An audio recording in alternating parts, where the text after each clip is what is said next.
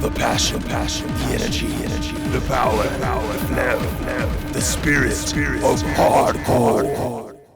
Thank you so much for having me today. Hi, my name is Yisi, and then today I'm gonna talk about something not special, but to me, at least it's not special because I'm Chinese. But to you, maybe it's a little bit like different than what you had before. And yeah, I do have the visa problems, just as Travis talk about. I applied for like at least 20, 30 years, at least 20 or 30 visas before in my life. And then the shortest one I got was like for Germany, I got a 5-day visa, which is like pretty normal for Chinese people. But yeah, I do feel the pain as a Chinese. But not as just like because of my passport, also because of my, the circumstance we have, especially in the cyberspace. So today, my talk is beyond the Great Firewall. I was thinking about what to cover in this talk. My original plan was to cover a lot of existing problems and then technologies that have been like deployed in China, but I'm still living in China. After some considerations, I decided not to cover these content explicitly or directly. Instead, I'm gonna do it in another way. So yeah, just for some recap, I came here 5 years ago when I was 25. Building our company. I'm still building that. At that time, we only have two products, which is the Mass Network, where it used to be like called Massbook, but we got sued by Facebook because we used the word book. So we renamed to like Mass Network, and then we have another product called TestCube. But now we have many more products, and still building towards privacy tools and then everything about social media, how to build a better social media, social network infrastructures for all the users. I'm also working part-time at the China Academy of Arts. I'm a research fellow there, and then I'm in charge of a lot of things, but especially in the Institute of Network Society. We study how technologies and the internet are intervening with the society that we are living in right now, and we have an annual conference of a network society. In 2020, we invited many friends at HCPP, Pavel Luptak. Hi, and then sorry, I'm kind of low pressure today. We have Smuggler Frank Brown, and also Harry Halping, and then and many other friends to our annual conference. And then we're shooting a trilogy on the culture and the technology documentary right now, covering San Francisco, Shenzhen, and Hsinchu. If you're interested, you can just talk to me about it after my talk. And then these are just oh, okay, yeah. I think it doesn't show up, but yeah, these are the the talk our friends gave at our annual conference. And now we just walk into our my talk today officially. So in 2019, when I was giving a talk at HCPP, the theme was opt out. I was pretty naive at that time because I thought if we build something that's just purely for users, we can opt out the system. We can just find an utopia that users and then many of us can live there with a technology, with a pure technology that's just benefiting us ourselves. But I was wrong. I don't think it works that way anymore. So instead of opt out, I think what we should do is to confront. But as I was preparing for my today's talk, I saw a tweet on Twitter or X. I thought, Well, who am I confronting with? The government, the authorities, the large companies, or, some of the friends who are claiming they're working on like privacy, they're working on towards like users' benefits. But I was wrong. I saw this tweet yesterday, and then they were, I don't want to mention their name, but as you can see, they put like a Nakamoto in one of their projects or like company name, and then saying, hey, 23andMe has has been collecting our genetic data, and then they're selling them all to other corporations, to third parties. So what we should be doing is we form a DAO, and then we just collect your data. Well, you still upload the data since they have been uploaded and abused already. You just upload the data to me, and then we will just sell it for you, and then you share the points or share the token out of it. I was like, wow, I thought the situation is the government wants our privacy, the large companies want our privacy, and then they want to abuse our privacy against us. But I never thought people who are claiming they're doing this who are claiming they're working towards user privacy are actually doing the same. So my talk was used to be purely about how we can build tools or technologies against those abuse from those authorities or large companies. Instead, I think our real enemies are not those people anymore. It's our friends. It's everybody around us who want to use the same terminology to make money out of it on top of us. But I was super sad and I'm super mad, but still need to do this talk. So who's the bad guy? I gave the answers, but now I want to add one more to that list. And so what is really happening out there? So I'll just give you a few examples. As many of you know that in Brazil, there's a famous Brazil actual Twitter banning just 2 months ago. Actually, it's 1 month ago. In April 2024, Brazil Supreme Court wanted to ban specifically seven accounts on Twitter, and then Elon Musk said no. And then just after a long time, the negotiations actually basically just Brazil government wanted to be suspended, but it's just Twitter tried very hard to resist it. But on September 1st, Brazil decided to ban Twitter access for all the Brazilian citizens. And if you access Twitter or X through a VPN, well, you will be fined up to $8,000. And this is really happening in Brazil.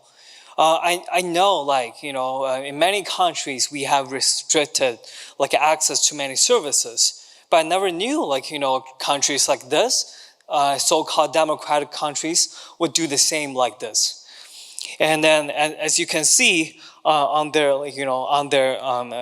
official file, they just put everything, I think this was released on Twitter, by Twitter, and specifying this guy, so all the information about this guy, his Facebook, Instagram, Twitter, and YouTube, and then he only had 800 followers on Twitter. But still, if you're doing anything, opposite of the existing or the current government, this is what you get eventually. And then they're suing some other people the same. Okay. And then also in UK, actually in 2017, UK has arrested over 3,000 British for posting insuitable content on Facebook. But more than 50% of them got dropped before the prosecution. But still, they arrest a lot of people for just commenting on on Facebook. I'm not just judging what they're if their posts were right or wrong, because most of them are not acceptable to most of us because they're posting they're doing super racism content where anti democracy or child porn or a lot of abusive content on the internet. What we're trying to say here is you can easily get arrested or prosecuted by posting online. And this is also similar in some of the countries you might be familiar with. And this is, on the left side, he was posting some racism content against the asylum seekers in Britain. And on the right, this director of public prosecutions actually urged people to think before reposting or sharing messages online about the disorder. Actually, you're not posting. You're not commenting or doing any. You're not creating any comment. What you're doing, if you just retweet or like some of the content, you will be prosecuted. So basically, I don't think what's going on here, but I don't think only UK is doing this. A lot of countries are starting to care about this a so-called cyber security or they're doing cyber content moderation. And then people get arrested or prosecuted for doing those. And we also have friends. Just a couple 2 months ago, the co-founder of Telegram, Pavel Durov, got arrested in Paris. And actually, the Telegram, we don't talk about, what Telegram has been doing the past few years, if they're really doing privacy or encryption messaging app or not. We're just talking about, the relationship between, such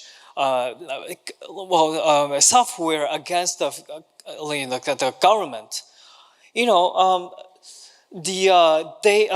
Pavel Durov was actually charged with enabling criminal activity on their platform, and also charged with the complicity in spreading child abusive images and trafficking of drugs on their platform. But if Mastodon or many other social media platforms, a lot of them were doing this, where it's really hard to do the content moderation on those platforms. You can easily access, people are posting because you don't pay people to moderate on these decentralized or federated social media. These content will easily go on up online on these platforms, and then you can easily get prosecuted or arrested in the countries like France or any other EU countries. And actually, Durov eventually just paid $5.2 million euro bail out of the jail, and then after he got released from the jail, the TOS or the privacy policy got changed on Telegram permanently. This is what you are seeing right now on the left side. This is what Durov posted on his Telegram channel. Explicitly saying that our transparency bot demonstrates exactly that. This bot shows the number of processed requests for user data. And for example, how many requests are received, and then how many accounts where information we disclose with the government. And then since 2018, Telegram has been able to disclose IP addresses or phone number of the criminal authorities according to our privacy policy in most countries. So this is not in just one country, and then this is not just some instant messaging apps that are being used by say 1,000 people. It's being used by billions of people. And then what they're doing is actually what you are posting on Telegram is actually transparent to all the government if they ask Telegram to disclose that. Do you know like how dangerous or how miserable this will be? You can your data, your content, your account, or your like private information can easily get disclosed to anyone on this world easily by just doing some like governmental request to these like softwares, not just Telegram, but also all the other instant messaging apps, except for Signal and the other Threema. Some like softwares have been doing really doing end-to-end encryptions. So this is really horrible. Okay, is it working? Okay, talking about EU, European Union. The first one is in April 2024, the European policy chiefs are actually calling for industry and the government to take urgent action to ensure, what they're trying to do is just like asking the industry or companies to like give up end-to-end encryption in their softwares. And on the second example is like, there used to be a European Parliament posting about the law to ban end-to-end encryption in the European Union last December, but actually this got dismissed earlier this year. But the European Council was actually doing something similar. And then I'm pretty sure, I'm not an EU citizen, but according to my background and my experience, something like this will definitely just go through in another way. Like milder, but still people are trying so hard to ban end-to-end encryption in most of the softwares or platforms or most of the services we're using right now.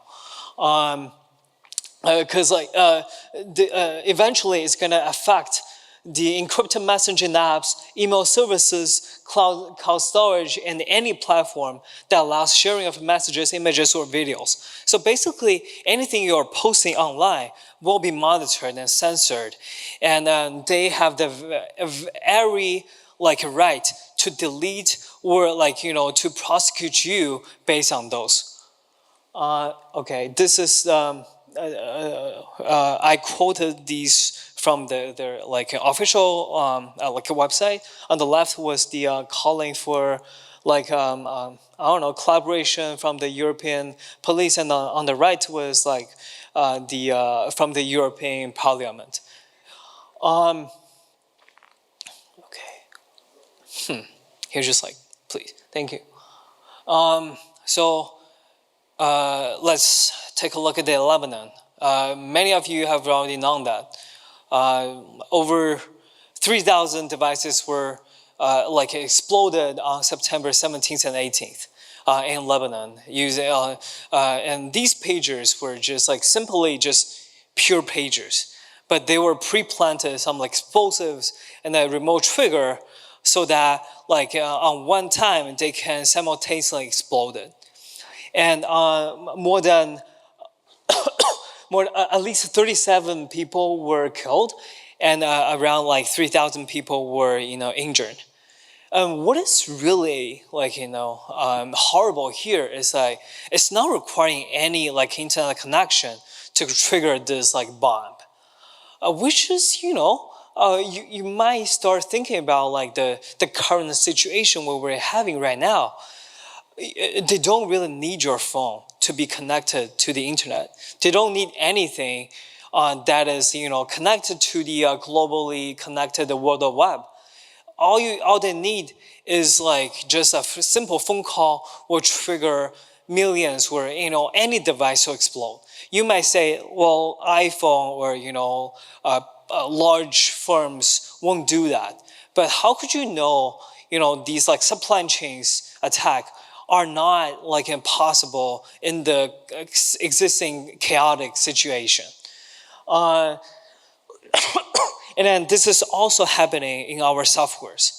I'm not sure if you guys know that, but many of our, there has already been a lot of like a supply chain attack in the open source software industry the past few years. And then this is, and nothing, I mean, I would say like nothing is secure anymore if you really take this seriously. And then this is what we are having right now. And then it's going to be worse in the future. You might see, well, these just like, the racks of the pages that exploded, but they're nothing new or different from any other pages you will have. And then also like walkie-talkies were exploded at that time. And I cannot guarantee your phone or your laptop or even your watch, anything that is manufactured by someone else will not have the same functionality. I try not to be like this dystopia, but we really need to think about this in this kind of dystopia mindset.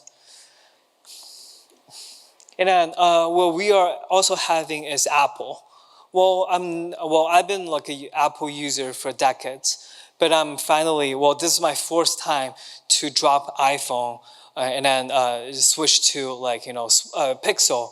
And then I hope this time I will succeed in doing this, because Apple Intelligence, in many people's perspective, Apple Intelligence is AI. It's helping us. It's a productivity tool to most of us.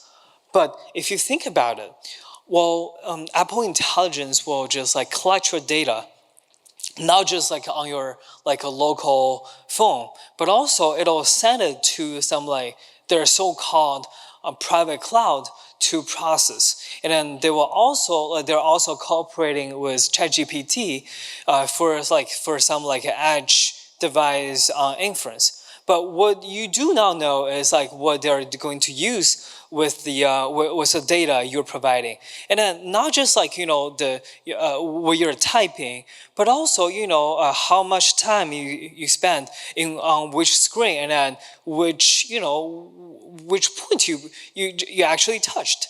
So everything is recorded. You never knew, and then there's no explicit TOS or privacy policy saying they're not doing that. And then right now, if they collect all these data and then send it to anyone you don't know, it's gonna be a disaster. And then I'm gonna talk about what's really going to happen in next few slides. And then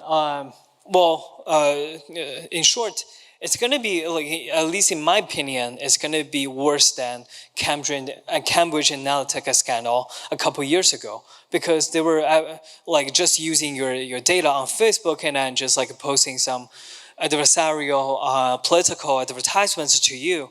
But right now, if the AI is implicitly planted in your phone or in your device, every single operations or actions will be guided or influenced by this kind of intelligence system that is trained by those large companies or even authorities. And so this is kind of the future we will be somehow, or possibly. I hope not, but I think this is going to be some of ours, future. We are already being this for a couple of years, actually. If you're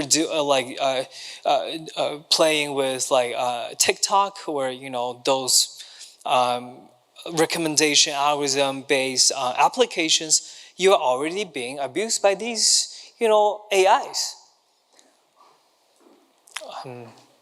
Okay, what can be learned? Okay, sorry, can you just go back a couple? Two more, please. Okay, from Twitter, from Telegram.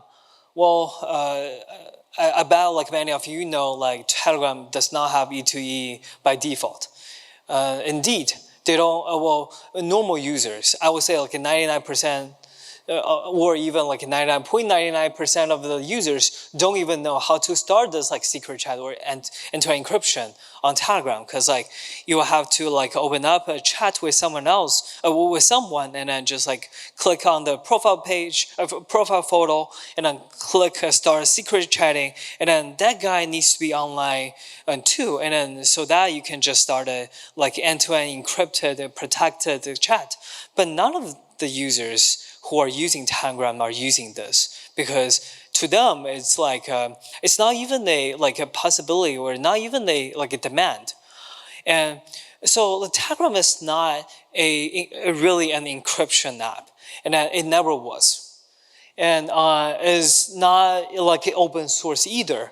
Their like front-end application clients are open source, but their like server code were never exposed to the public. So you not just like you never know how to implement their encryption system or any messaging system, but also you cannot run a node. So basically, you need to connect with their node all the time to use their service. It's not decentralized. It's just purely a centralized service that's like powering more than a billion people on the internet. And then data is collected and then saved on their server by default. And then they can disclose this with anyone they want, according to their TLS. And for sure, their TLS can change anytime. And then from X or Twitter, well, many other people have already covered this. Twitter, well, is never a privacy platform. Everything is controlled by them. You don't actually own an account. You just like own the access to some account that like you own some like rights to use this account. But they can like delete or like alter or even like hide your content, your profile anytime they want. And then they can, your data privacy and everything is like manipulated by these people. And then if they are in a good relationship, just like as we see in the example of the Brazilian government versus Twitter, basically your data and your privacy is manipulated, could be like potentially manipulated by any government you can see in this world. And access to the service can also be banned following governmental orders. So nothing can be done, right? I mean, if we're still using Twitter or these like platforms services, nothing can be really done. Well, we'll see. And then for those like electronic devices or softwares, well, we just covered that.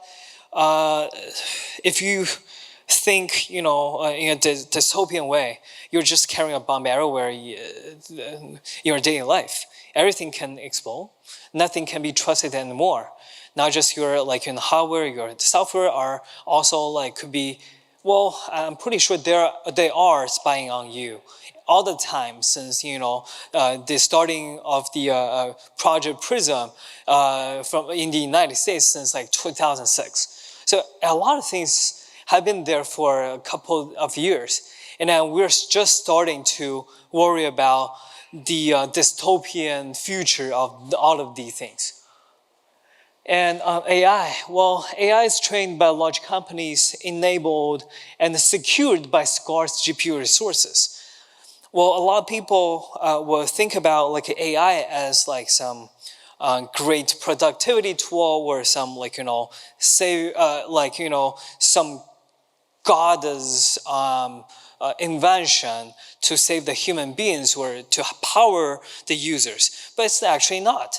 Because AIs are actually trained by using GPUs. And then not many people, not just end users like us, own that large amount of GPUs. So basically it's still a tool that's being manipulated by the large companies, and if we just like dig deeper, by the government. So basically all the AIs are potentially going to fight against you or manipulate against you, abuse against you. It's never a tool that's towards a better future for all of us? Well, it is. Well, I'm also using AI a lot. I also like consult with like Cloud for my talk earlier, like a couple of days ago, and it was good. But if we are really relying on that in our daily life, and if we integrate those AI services or like tools or platforms inject them into our daily life, it's gonna be dystopian. It's gonna be disaster. We will never live without AI, and then at that time, the government can easily manipulate anything they want upon us. And then, so how do we actually fight against these things? As a founder of a startup, as a product or algorithm designer, you have to think about. Well, this is actually my recommendations as a developer. So basically, whenever you are designing your system, you do not make a lot of assumptions or optimal assumptions. Telegram, for example, or all the other messaging apps, they are assuming. Let's just say they assume the government won't touch them, and then even though the government was trying to ask for data from them, they can still have the some political power or capital power against them. But actually, it's not. If you do not resist these risks in the protocol level, this is nothing can be guaranteed. Just like Telegram, I believe in the very beginning they were trying to invent or work on an encryption messaging app for people who are seeking privacy and security and some kind of ownership of their data. But when they're growing and then growing, and then end-to-end encryption was not enabled by default, the possibility of leaking these data becomes an option. And then if this is possible, say if you can just extract the data from their servers, the government could, or any authority or any third party can find a way to penetrate into the system against you. So for example, Signal or all the other Signal, take a Signal as an example. Signal only stores temporal metadata for a couple for a period of time. So whenever NSA or those bureaucracies went to them and asking for data or asking for account information, if they do not store them on their server, how could they hand it over to the government or to these third parties? But this is not the case for Telegram. And then if you're not fully open sourcing your software, how could you resist the request to inject a backdoor software into your backend server or even into your front-end client? You cannot. And this is something we really have to think about before designing the software or designing the services you're going to publish. And the second is do not solely relying on any open source services, or non-open source services, which is obvious. They can easily just deny the access from you to their service, or even alter the data that you are requesting from. And the third one is always think about edge cases. Well, I would say security is guaranteed by the integrity of the entire system. Take Telegram again as an example. Even though you open source everything but one, that a closed source part of your system could be the point they're going to penetrate into your system. So if you really want to do something that's really secure and that's really flawless against those non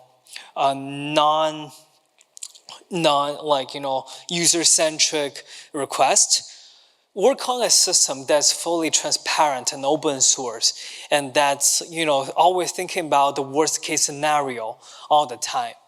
Do not just build a system to just track people as your core mission when you're doing the cold start. And once you have a million people or users on your platform, you can never go back. You can never go back to a secure or transparent system that you wanted to give to your users on the first place. And I think that's a lesson from what we have from the Telegram. And but eventually, I don't think that's something that's really going to work, because the government can easily just shut down anything they want. But some of the leverages I'm going to talk about today. So the first one is cryptography. Well, cryptography is math. It's mathematics. It's not something assumptions. It's not assumption. Well, you may argue it's not that secure anymore. Well, it's not secure as I said, but just believe that this is the most secure thing we have on Earth right now. I'm not sure about it in the future, but right now it is. And decentralized identity is based on math. You don't have to request to register for some services, so you don't have to request to do something on behalf of yourself. All you need just generate and assign any messages or transactions locally, and then send it to the peer-to-peer network if there is one. But DID is definitely something that's vital to the future of privacy tech or privacy-centric technologies. And the second one is end-to-end encryptions. Well, many of you are probably using Mastodon, maybe. But do you know why Mastodon is not enabling end-to-end encryption yet? Eugen, the author of Mastodon, wrote this pull request a couple years ago, but never got deployed on any servers yet, because we don't have a key. We cannot just inject the key in your browser and then use that for encryption. It's not secure. It has so many problems.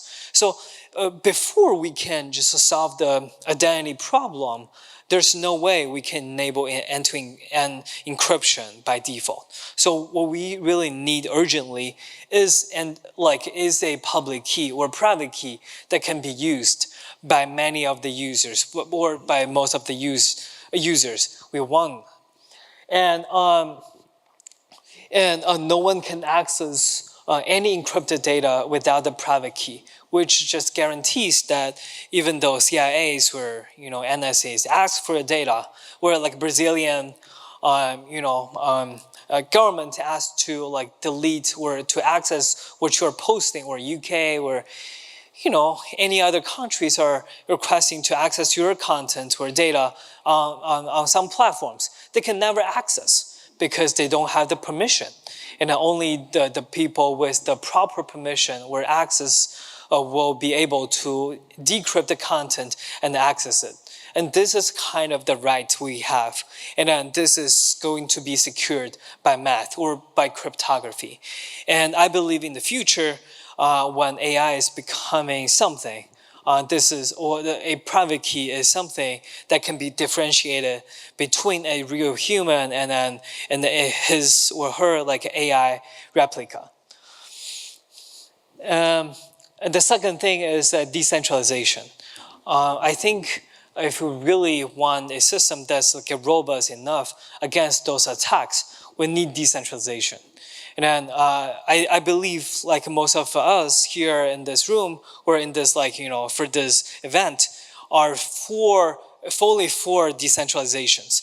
And so just think about what decentralization can bring us. First, more robust against attacks on the network. And then local servers don't really need to be connected with the entire network. Think about those local for softwares or community networks. You don't have to connect with a www to do something. If you go to some events or some local spaces. They have like some like a local community network that you can access data from. You don't have to be disconnected with the entire internet. And that's something that's really needed in many places, because in many places, just like some countries with limited like internet access, needs such such technologies to power some local services or platforms. And then it has like reduced monopoly from large companies to dominate markets and the users. And also enhanced privacy is ensured by taking back all the ownership of our data and identity and privacy. And also, blockchain or public blockchain is super important. And this is something I think that's most important right now. We need blockchains, we need Bitcoins, or Ethereums, or Litecoins, or many other like cryptos, not because we really need them.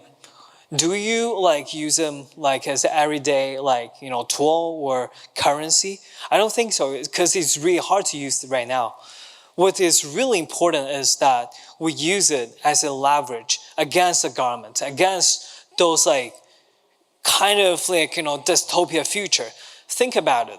If like some country deploys a local or like a nationwide blockchain, and then they were going to issue tokens or give you pay you salaries in these tokens, and these tokens are actually programmable. What they can do is they program the 90% of the salary can only be used in public or governmental public services, and only the rest of 10% can be used yourself, or something like that. This is going to be this huge disaster.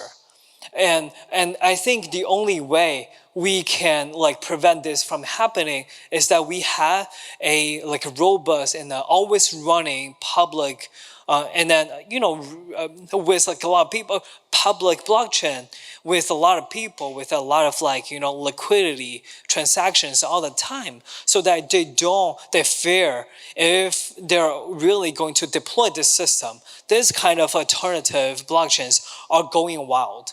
So I think this is kind of the mindset what we are having right now in the country or in the city I'm still living in. We don't really want to break the system, because only very few people can break the system. Most of the people, like my grandma, like my parents, like everybody's parents, not everybody, but most of the parents, will just still live it within the framework, within this society. What they really need is they really have a power, a power of leverage or some weapon against those dystopia futures. And this is something I think is really important. And then also I think self-hosting is super important. Think about you can host, well, I'll just do this real quickly, but thinking about hosting your data and identity locally can bring how much benefit to you. You can just always have your data hosted somewhere in your home server, and then whenever you don't fear being rejected for hosting some of your data, you always host yourself. And then you can also have a real personal AI trained on your own device without leaving that. It's the real replica of yourself. You don't fear your data, essentially your sensitive data being abused by being trained by those large companies anymore. And then second, you need a locally hosted RPC or node to be connected to the the public blockchains or public networks. So you don't rely on those public RPCs anymore. This is also super important, and that's why I'm always supporting the potential light client on our mobile phones, because that's the only way we can make the network or the blockchain really decentralized. And you can also have something like community network that don't really necessarily connect it to the public space. And then in this kind of like a local space, you can have like a local rules, like moderations, anything you want. And this is kind of the freedom you can get from apart from those like public space. And I will say in the very last, I want to say just keep all those public services running for the best. And the next thing I want to say is, well, it's kind of like spicy, and something I try so hard to avoid talking about today is I think we, as the place I'm still living in, is ahead of all the entire world by decades. Think about it. We have many things you are going to see in the future. Some of the internet services got banned or limited access, and we have like surveillance, not just like online, like police or online moderations, but also surveillance camera everywhere. I mean, these things. Well, you can be easily arrested for posting something. Like we just mentioned in the case in UK or some other countries. And I can be super risky to tell you all these truths by standing here in this public space. I mean, in the future, I think this is kind of the nature or the trend that's going to be in more and more countries. What we really want, what we really need, is that we unite together. We have a lot of developers fighting against these things. And we don't have those optimal assumptions in our situation. We already have a lot of limitations. So we develop and create some of the tools or some of the softwares under these assumptions, these dystopian assumptions. And only in this kind of situations we can make a more robust software that can be used by most of us towards a maximum freedom within the framework. And this is something I want to bring to all of you guys today, that we should talk more. Because a lot of Chinese developers don't really leave the country. They don't even speak English, but they do develop a lot of great technologies. And then we really need these technologies to be exported or even studied or deployed or exercised in many other countries or many other areas, because those things will be super important. And if you're interested, you can just find me with my Twitter. Sorry, I still use Twitter because I cannot leave it. And also my email address. And thank you so much for listening today. Thank you so much, Yisi. Thank you so much for your talk again. It was a great message. Appreciate you sharing that. Folks, do we have any questions for Yisi? We have space for some questions.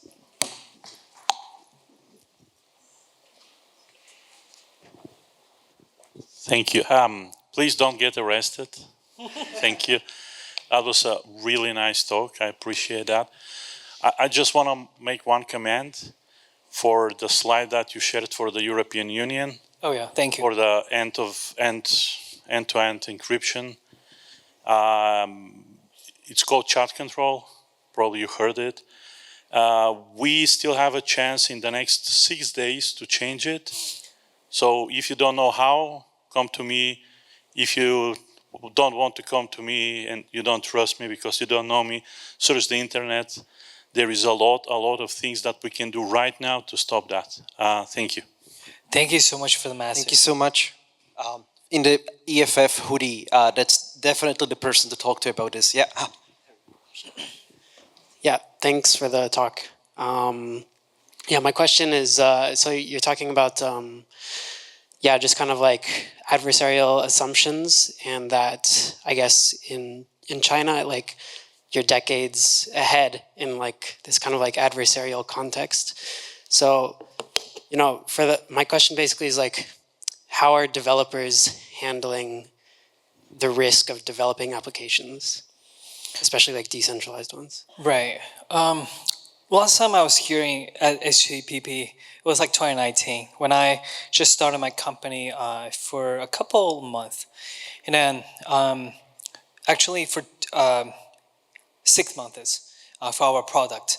So something that allows you to post encrypted, well, to create encrypted posts on Facebook and Twitter.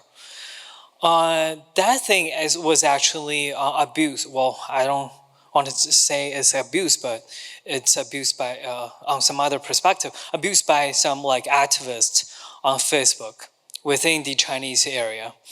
And then, you know, it's a kind of like sensitive thing to really talk about it, because everybody knows that it's strictly forbidden to do any encryption technology or encrypted social media in China. So we try so hard to avoid dealing with any Chinese users, but we cannot, you know, like prevent people from using them on Twitter or Facebook. So someone just like reach out to us and see and then ask if we can add like, you know, backdoor to those to the software we developed. But my response was pretty like straight and then pretty easy, because we can't, because it's purely just like open source software, and you're asking to like put backdoor for a like for breaking a cryptography system. I don't think that's possible, and that's actually something that's actually will persuade them not to go any further towards us. And then I think most of the people who develop such, you know, sensitive or risky technologies are already out of China, but I just want to live there as long as I can, because I just want to show the people, not just in China, not just our friends and our families, but also all the, you know, developers or everybody out there in the world who is facing the similar situation, just like the Tornado Cash developer just got arrested in Amsterdam and something like that. I just want to tell the people that I'm still living in China, I'm still living in Shanghai, and then I'm still like trying to find a way to live there, to breach the system, and then so does everybody else out there. And I don't know there's any like, you know, specific rules for arresting people like me or, you know, people developing such technologies, but we're just trying so hard to find the flaw or find that little hole in the system or in the law. And my answer is like, I don't know. I can do is like try so hard to live there as long as we can. And I bet, hopefully not, but I think something similar will happen on this land sooner or later. So guys, just get prepared. Get prepared. One more question, anyone? Yeah. Question for you regarding our own setup and running things locally. Do you have any recommendations for proper open source AI models? Llama, I still don't trust it. It's great to work with, as well as some of the bigger ones coming out from the usual suspects. But any recs I would appreciate. I don't think I have any recommendations, because we don't have like those GPUs, right? I mean, all we can do is probably just do some like fine tuning, like using LoRa, something like that. But just like, you know, just face the fact that we are already being manipulated by those large companies. And all we can do is just try so hard not to be manipulated that bad in the future. And yeah, thank you so much for having me today. Thank you so much, Yisi. Awesome. Thanks a lot.